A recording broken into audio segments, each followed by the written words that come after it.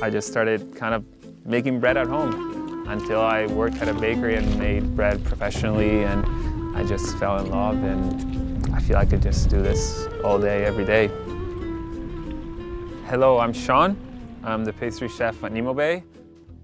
Today I'm gonna guide you through one of my favorite parts of the day, and it's sourdough making.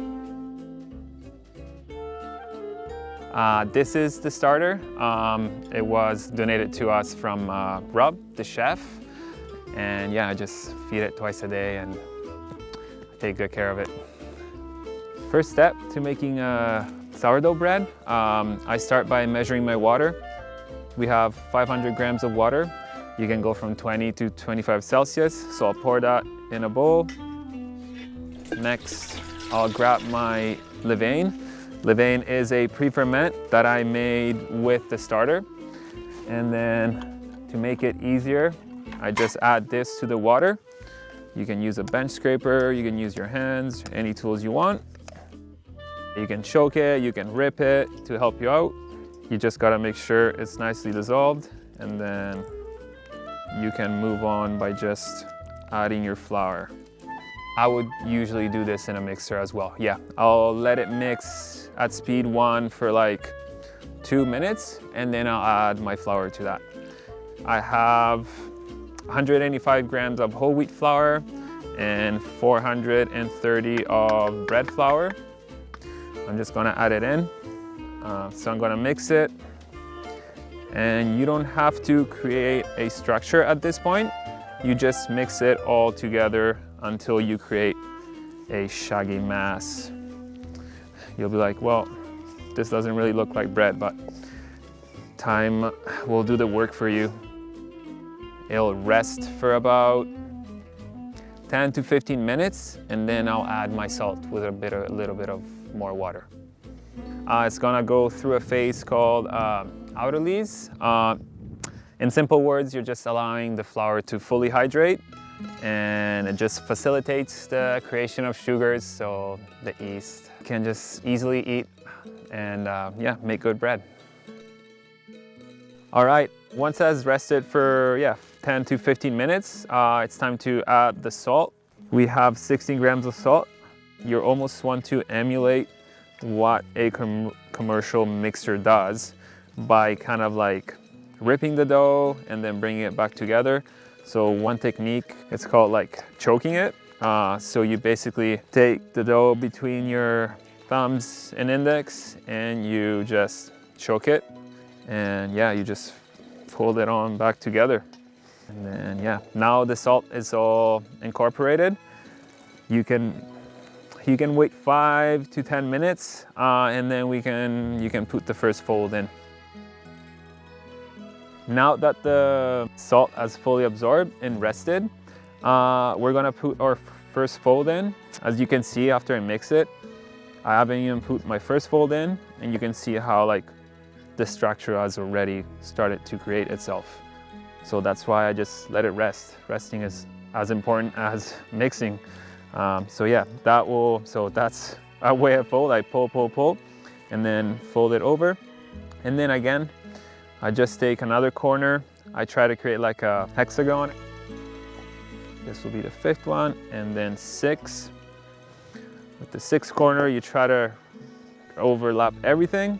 Then what you want to do is take your dough and kind of flip it so you kind of seal the folds that you just put in. Once you put your first fold in, the bulk fermentation starts, and it's about a 3-hour process. You're looking for the dough to double in size, and in those 3 hours, you'll put 3 folds in the first hour and a half. A good baker reads the needs of each dough with hands and eyes every time contact is made. A stiffer dough might require less folding, and a wetter one more.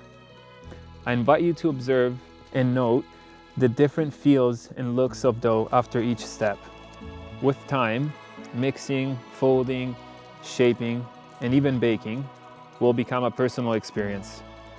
There are rules that you must follow, but I believe there's no right or wrong way to achieve great bread. It comes down to the relationship you have built with this craft. Each underproofed, unmanageably sticky or undercooked doughs are only a step closer to the loaf of your dreams. Just enjoy the ride to what I consider one of the most satisfying things ever. This has gone through the bulk fermentation phase, and now it's ready to be divided and pre-shaped.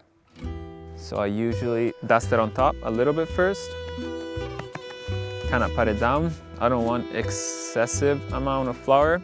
I try to take it off the bowl without ripping it. You don't want to destroy something you've been trying to create the whole time.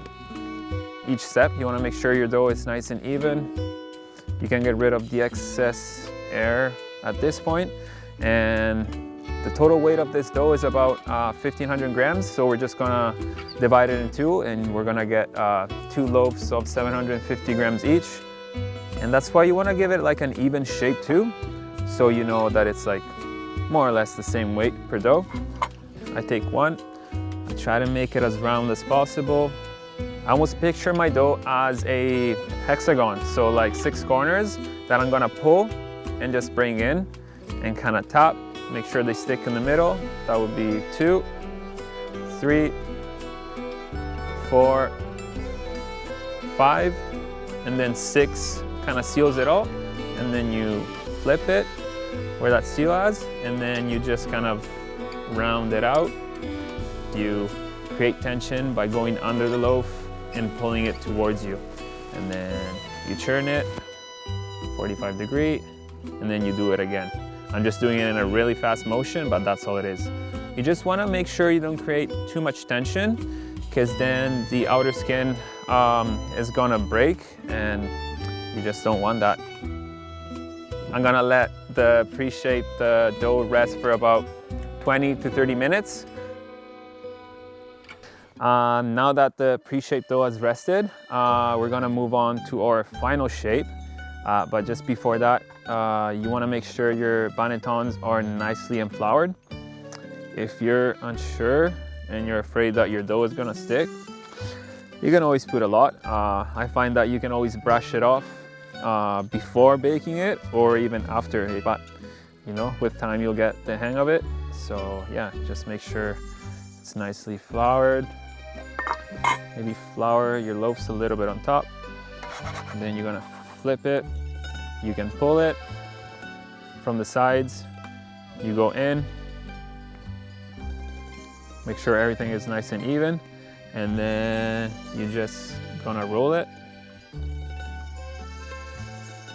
And then like you did before for the pre-shape, you're just gonna create a bit of tension by pulling towards you and away from you.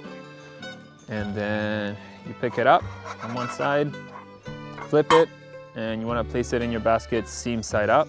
So when you go and bake it, you'll flip it again and the seam will be at the bottom. So then you have, yeah, this beautiful shaped dough. What you can do too to make sure it's like nice and sealed, you take your hands flat on the counter and you just pinch it, and yeah, your fingers are basically like touching each other, your two hands, and you know you've sealed.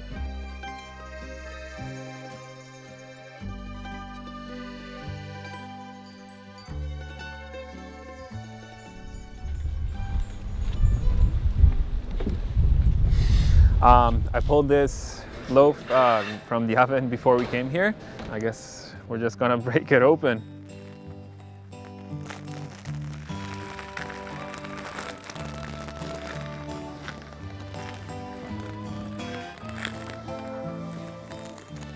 And now the best part of it all, trying the bread.